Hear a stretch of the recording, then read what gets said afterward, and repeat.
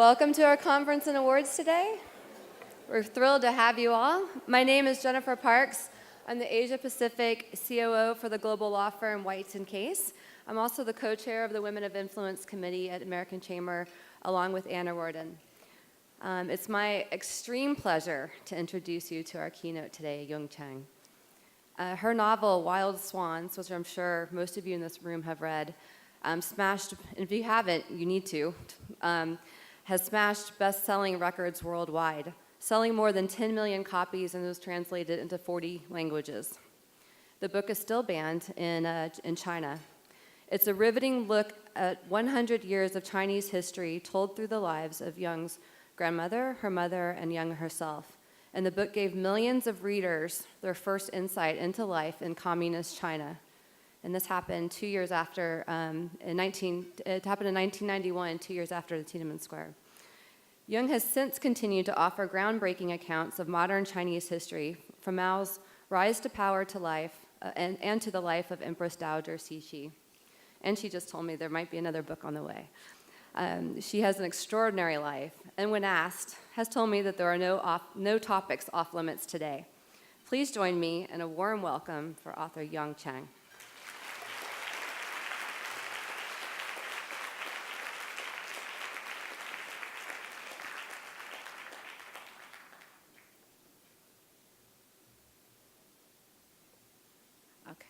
I'm absolutely delighted to be here, to be in this hall with all the distinguished women in Hong Kong. I just want to talk about how I became a writer. Now, when I was a child, I loved writing.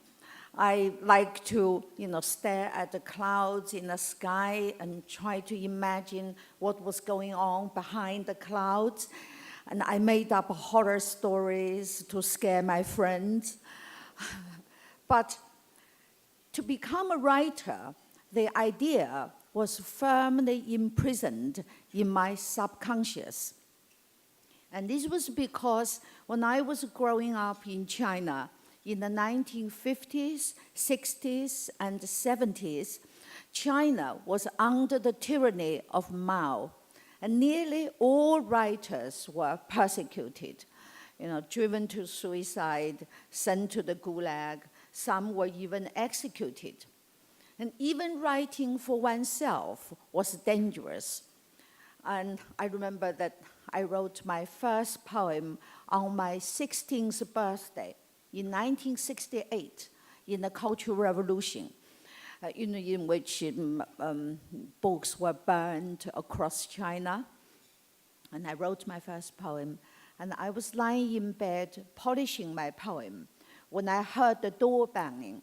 My father's persecutors had come to raid our flat. And I knew that if they saw my poem, I would get into trouble, and my family would get into trouble.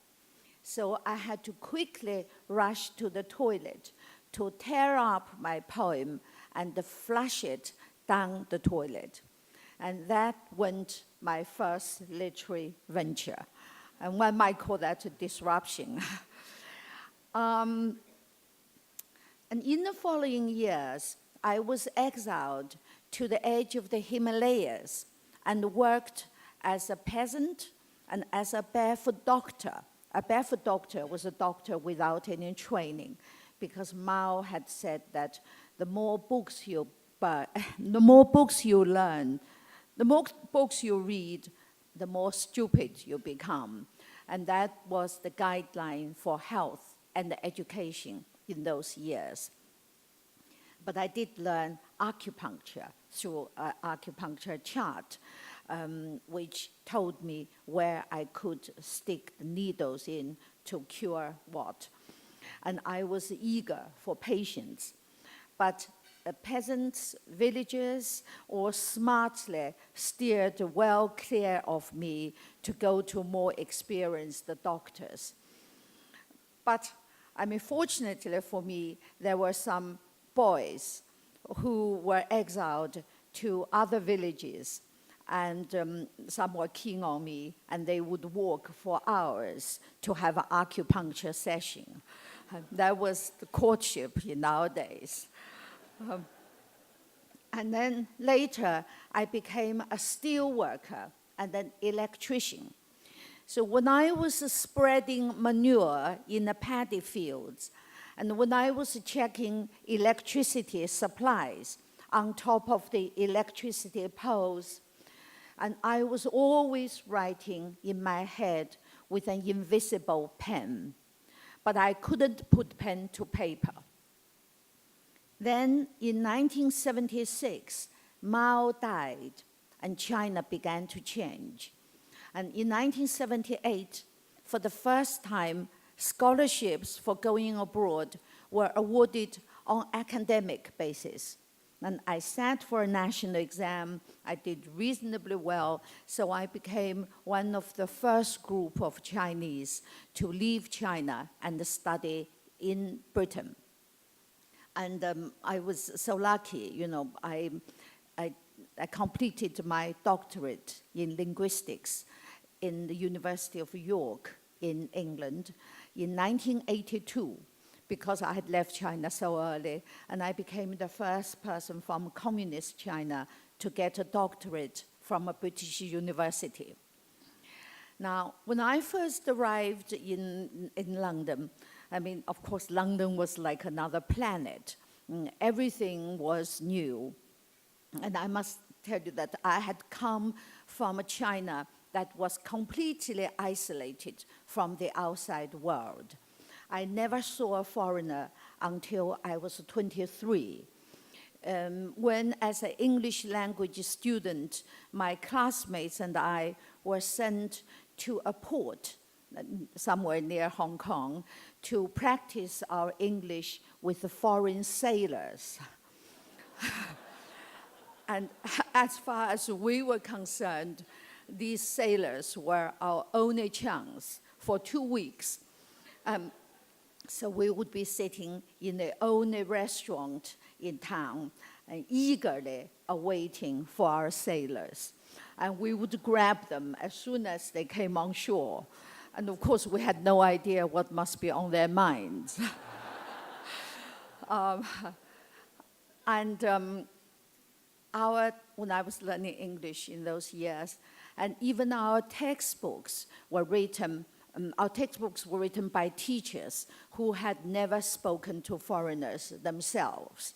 So our textbooks were direct translations of Chinese texts. And in those years, when we bumped into each other, we said, 吃饭了吗？上哪儿去? Which means, where are you going? Have you eaten? So those were the English greetings I learned. So when I first arrived in London, I used to go around and ask people where they were going and whether they had eaten. So coming from that isolated China to London, and I was in an incredibly new world. And in that world, I could write, and I could write whatever I wanted to write. But it was at that moment my desire to write left me. And this was because, to me, writing would be looking inward and backward into a past which I wanted to forget all about. And in the Cultural Revolution, my father died of tragic and premature death. He spoke against the Cultural Revolution, and as a result, he was arrested, tortured, driven insane, and he was exiled to a camp and died prematurely. My grandmother, who was really the person who brought us up, also died in the Cultural Revolution. And their deaths were the most painful spots in my heart, and I didn't want to revisit those years. And also, I'd come to this new world, and I just wanted to spend every minute absorbing the new atmosphere. You know, when we first arrived, me and my group of 14 people, And when we first arrived in Britain, we were not allowed to go out on our own. And we had to move in a group. And we were all wearing the Mao suit, this sort of blue uniform-like thing. And we were quite a sight in the London streets. And we were told not to do this and that, the other. And one thing we were particularly told not to do was to go into an English pub. Because the Chinese translation for pub, 酒吧, in those years suggested somewhere indecent with nude women gyrating. So we're particularly warned. And of course, I was torn with curiosity. I knew there was a pub across the road from the college. And one day, I sneaked out of the college. I darted across the road. I pushed the door of the pub open. And of course, I saw nothing of the kind, only some men sitting there drinking beer. And I was rather disappointed, of course. So as China was liberalizing in those years, I was having a fantastic time in London and at the University of York. And I didn't want to write. And then 10 years after I went to Britain, my mother came to China to stay with me. And that was 10 years after I arrived in Britain, yes.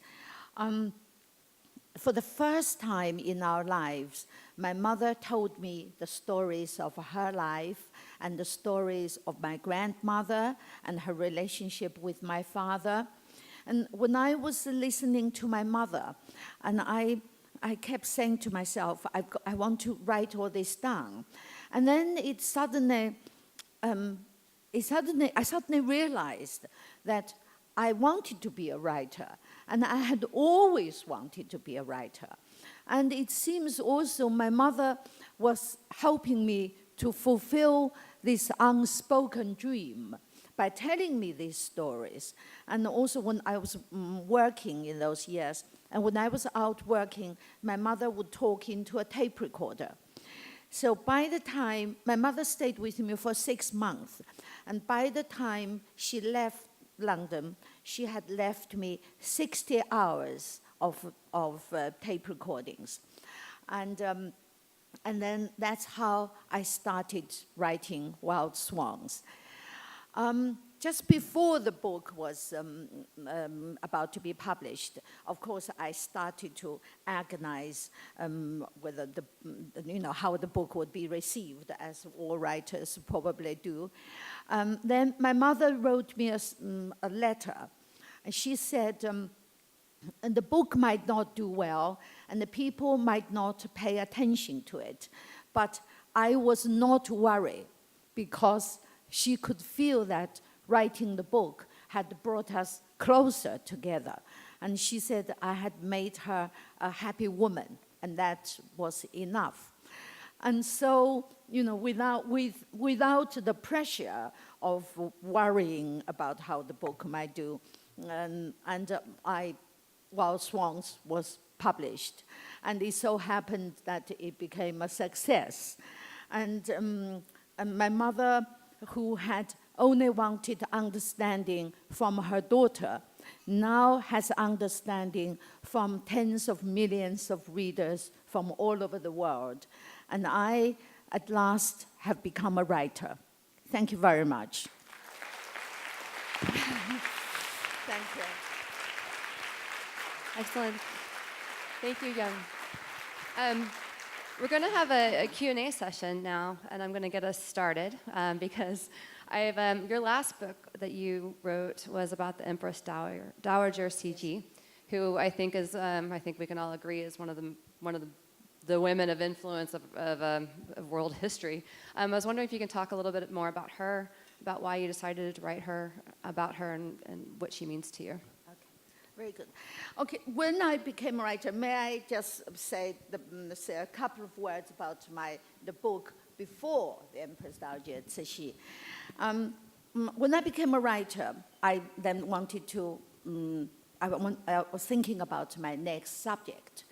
And Mao Zedong, seemed to be the obvious choice because he dominated my early life, and I saw him turning the lives of a quarter of the world's population upside down, and yet I felt the world knew astonishingly little about him. And when I was researching Wild Swans, I felt there were many unanswered questions. So I decided to write first a biography of Mao. And my husband, Jung, who's half English, half Irish, was also interested in Mao. So we embarked on this project together. We divided our research by language. Because I'm Chinese, so I dealt with the Chinese language sources. And Jung, unfortunately, speaks many languages, so he was landed with the rest of the world. And in particular, he knows Russian, and he spent years working in the Russian archives, which were opened by Yeltsin in those years, in the 1990s, which the Russian archives was an absolute treasure trove. Now, we spent 12 years writing the biography of Mao. And after that book was published, I began to think about my next subject. And the Empress Dowager Cixi again became an obvious subject. I had grown up in China, always hearing her, this famous woman, this last great ruler of imperial China. But she had this the worst reputation possible. I'd grown up in China, always hearing her being condemned as the arch-conservative who dragged China behind, as a vicious woman who poisoned and killed and whatever to get her way, and as the source of all China's troubles. But then when I was researching Wild Swans, I made a discovery. I realized that she was the woman who banned the foot binding which tortured my grandmother all her life.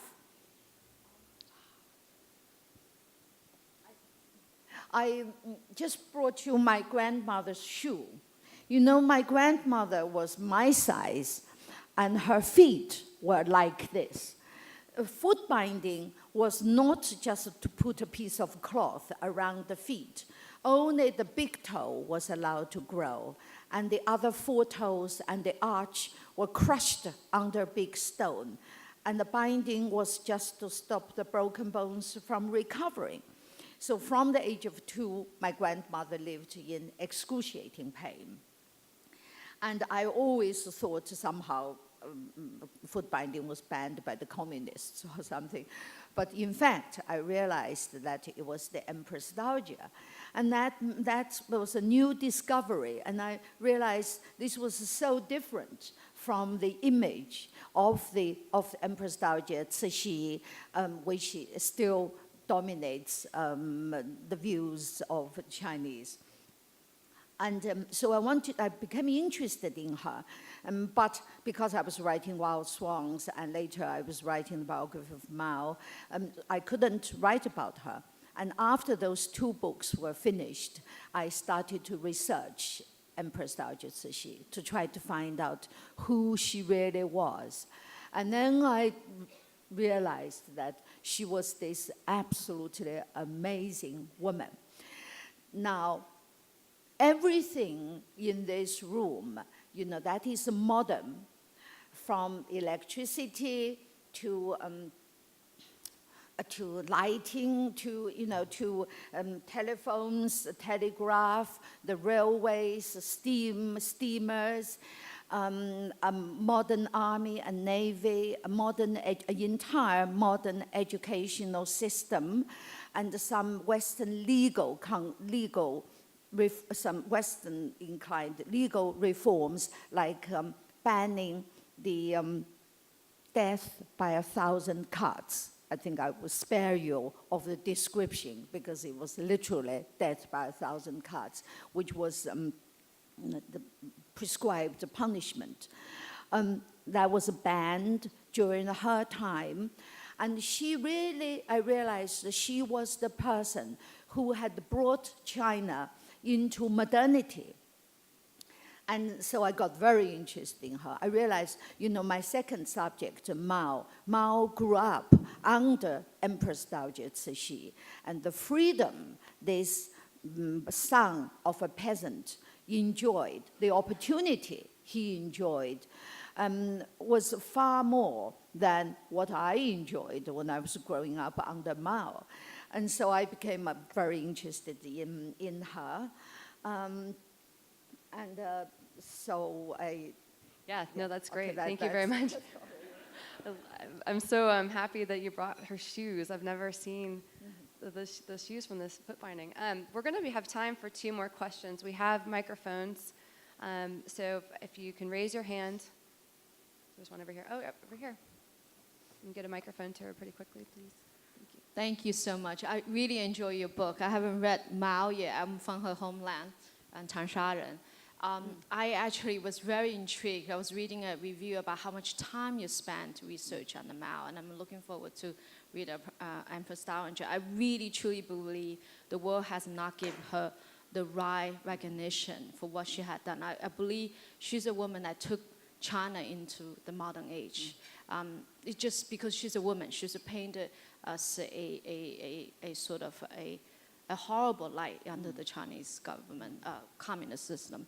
I just want to know what drives you to do the research, because when I read you, I felt the same passion I see in Michael Lewis when he writes Big Short, Flash Boys, or Da Vinci Code by Dan Brown. You research so deeply, and then you're able to make it into storylines so palatable for laymen. And I wonder, where did you get that skill set or the talents? Is that inborn or developed? Well, I just love research. I love working in the archives. I love sifting through old documents to discover, what really happened. I mean, it was just, it's my hobby. It's my, my love. And during the research of Mao, which Jung and I spent 12 years doing, we also had great fun. And one particular moment happened in Hong Kong. And we were in Hong Kong, and this is in the 1990s, having done some research in China. And we were staying in a hotel, not this one, but across the harbor. And one morning, Jung was in the bathroom reading his South China Morning Post, glued to it. And he suddenly yelled. He said, "Guess who is staying in this hotel? It's Mobutu." I think probably some of you still remember him, this tyrant of Zaire, now Congo, who had a very interesting dealings with Mao. And we wanted to interview him. And so Jung said, "Shall we try to find somebody to introduce us?" And I said, "Oh, Jung, I've done 2-month interviews. I'm exhausted. I'm going to the hair salon." And I went to the hair salon, and 10 minutes later, who but Mobutu strutted in. And he was there, like where Jennifer is, and he was under this hair thing. And he had bits of cotton wools around his head, bits of towels around his neck, and he was trapped. And when I was led to have my hair rinsed, I paused in front of him, and I asked him for an interview, and we got an interview.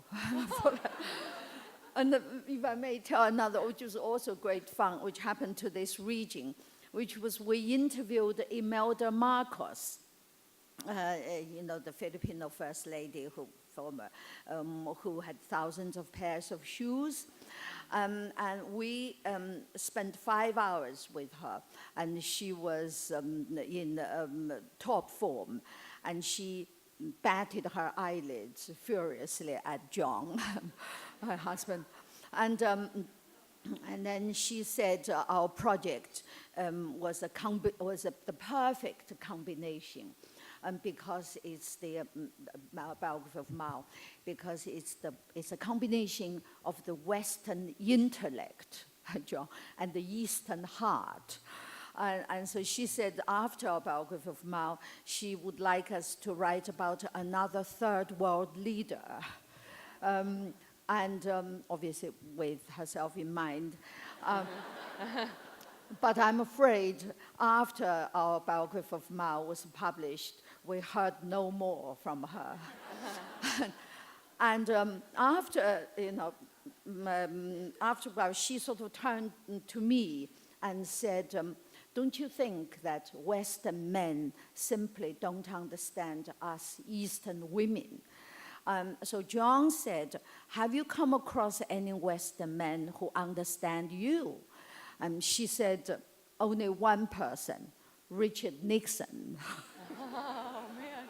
That's great. Okay, we only have time for one more question. Unfortunately, I'd like it to go all day. Does anyone have a question? We have one right over here. Thank you very much, and obviously for a wonderful life and a wonderful talk. Because I've lived in Hong Kong for quite some time, I have met various people who suffered through the Cultural Revolution. And it's always seemed to me that the effects were particularly acute for people like yourself, who were in the late teenage years when the revolution began and so on. And something that I puzzle about a lot and really think about a lot is that that is exactly true for Xi Jinping, the current president of China. And I just wonder if you have any thoughts about Xi Jinping, person, his history, his effect on China now, and so on. The thing is, we did have very similar experience because in a totalitarian regime, people's experiences are remarkably similar.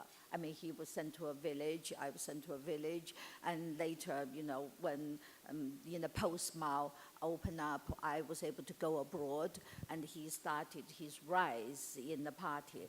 I haven't studied him. I don't know. I mean, I deal with history, and all my stories are constructed from documents and interviews of eyewitnesses. So I can't say much about him. I think we need a little time for the dust to settle and for a story to be written. I just wonder about the searing effect on the personality of a young man at such a formative stage. Well, I think, when the Cultural Revolution started, if I may say, I was in the early teens, sorry, not late teens. And I was 14 when the Cultural Revolution started. And of course, my life was turned upside down. And before that, my parents were senior communist officials. And we lived in this armed compound with chauffeurs and cooks and gardeners. And I grew up so much taking hierarchy and the privilege for granted that when I first went to England, I thought England was wonderfully classless. And of course, my views have been modified over the years. And I think our generation also grew up in this intense personality cult of Mao. When I was a child, when we wanted to say what I say is absolutely true, we would say, I swear to Chairman Mao. And there was a song every child in China learned to sing. It went, father is close, mother is close, but neither is as close as Chairman Mao. So we grew up in this personality cult. And of course, and then we witnessed all the violence and atrocities. And we were in the impressionable, that age. I think it impacted on our lives. And our lives were disrupted, in a way. Mm-hmm. And I was very lucky because after being a peasant and an electrician, I was able to get into university to learn English in 1973 when university began to reopen. I think Mr. Xi also was able to get into the university. But of course, it wasn't a kind of a formal education. As I said, my English was learned, from teachers who never spoken with foreigners themselves. So I think, what can I say? I think our generation was, our life was disrupted. I think it affected those who have aspirations to be scientists, which needed more formal schooling.